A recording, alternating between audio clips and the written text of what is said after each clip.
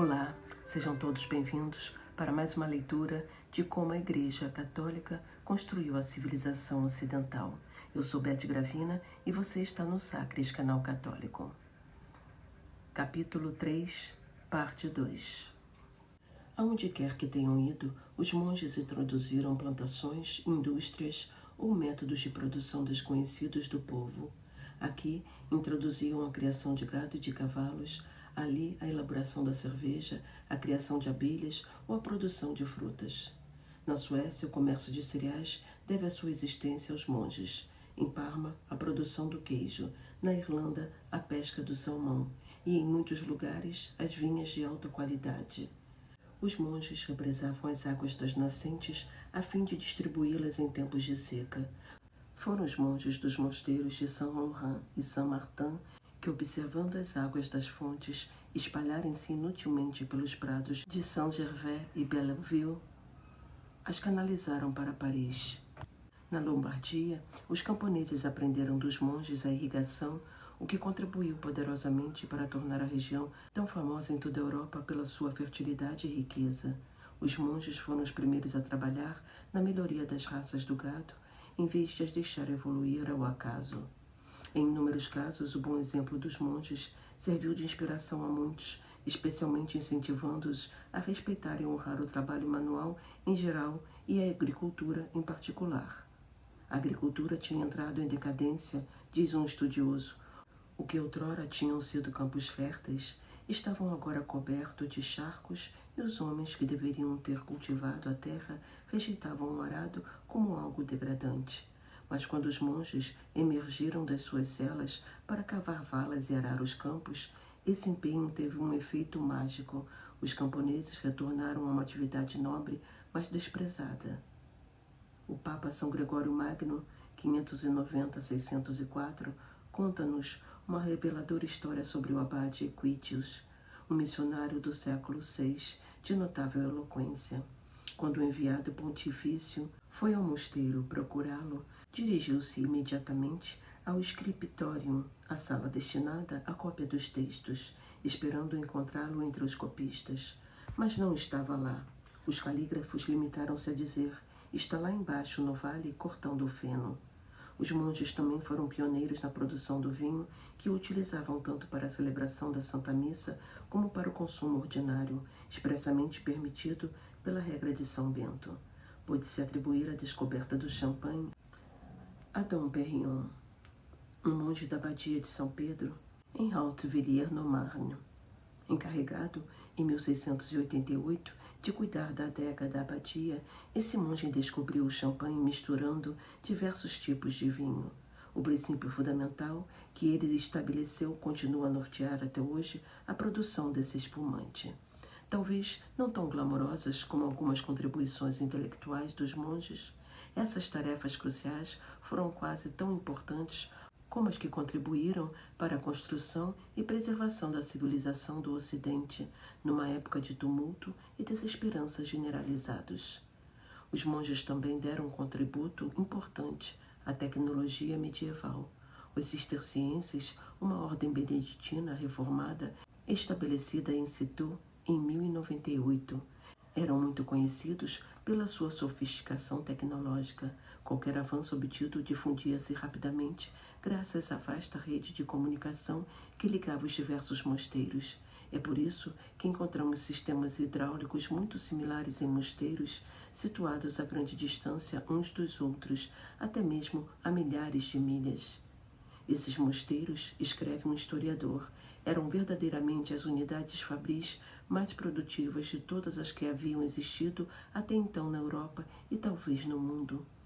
A comunidade monástica cisterciense tinha geralmente as suas próprias fábricas para a produção de energia hidráulica que lhes servia para moer o trigo, peneirar a farinha, lavar a roupa e tratar o couro.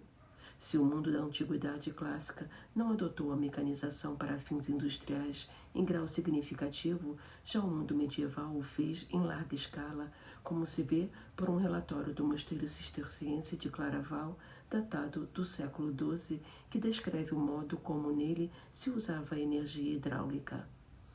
entrando por baixo do muro exterior da abadia, que como um porteiro lhe dá passagem, inicialmente o arrojo lança-se de modo impetuoso no moinho, contorcendo-se em um movimento revolto, primeiro para moer o trigo sob o peso das pedras, depois para agitar a fina peneira que separa a farinha do farelo.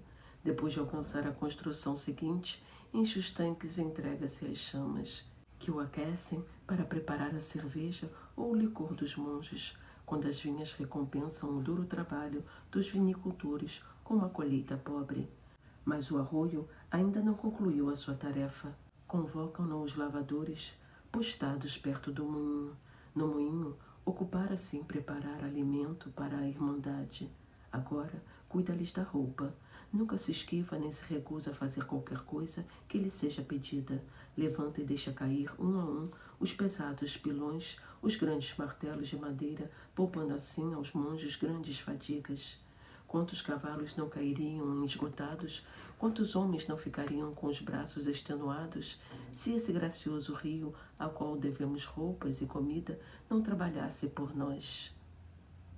Depois de fazer girar o eixo de uma velocidade muito superior a que qualquer roda é capaz de se mover, desaparece em um frenesi de espuma. É como se ele próprio se deixasse triturar pelo moinho.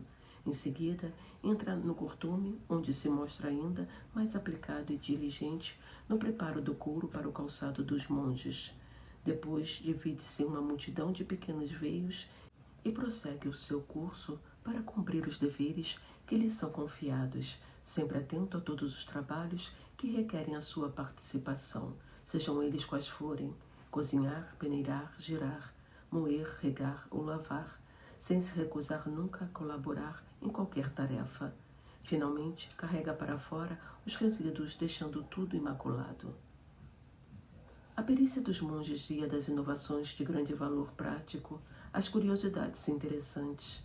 No início do século XI, por exemplo, um monge chamado Eimer voou mais de 180 metros com um planador, realizando uma façanha que seria recordada durante os 3 séculos seguintes. Houve também entre os monges consumados fabricantes de relógios. O primeiro relógio de que temos notícia foi construído pelo futuro Papa Silvestre II para a cidade germânica de Magdeburgo por volta do ano 996. Posteriormente, outros monges foram aperfeiçoando essa técnica. Peter Lightfoot, um monge de Glastonbury, construiu no século XIV um dos mais antigos relógios que chegaram até nós e que agora se encontra em excelentes condições no Museu de Ciências de Londres. Richard de Bolliford, um abade do século XIV da abadia beneditina de St. Albans e um dos precursores da trigonometria no Ocidente, é famoso pelo relógio astronômico que projetou para o seu mosteiro.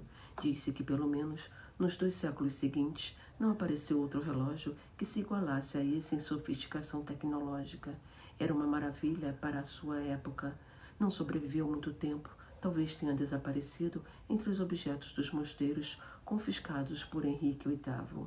Mas as notas deixadas pelo abade permitiram fazer um modelo e uma réplica desse relógio em escala real. Além de marcar o tempo, conseguia prever com precisão os eclipses lunares. Os monges como consultores técnicos. Os cistercienses também eram conhecidos pela sua perícia em metalurgia.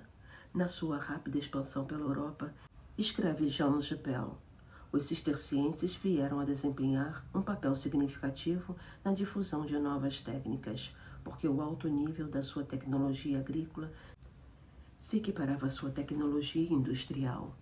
Todos os mosteiros possuíam a sua fábrica, frequentemente tão espaçosa como a igreja e a pouca distância dela, com diversas máquinas no subsolo movidas a energia hidráulica. De vez em quando, os monges recebiam em doação minas de ferro, quase sempre juntamente com os fornos necessários para extrair o metal.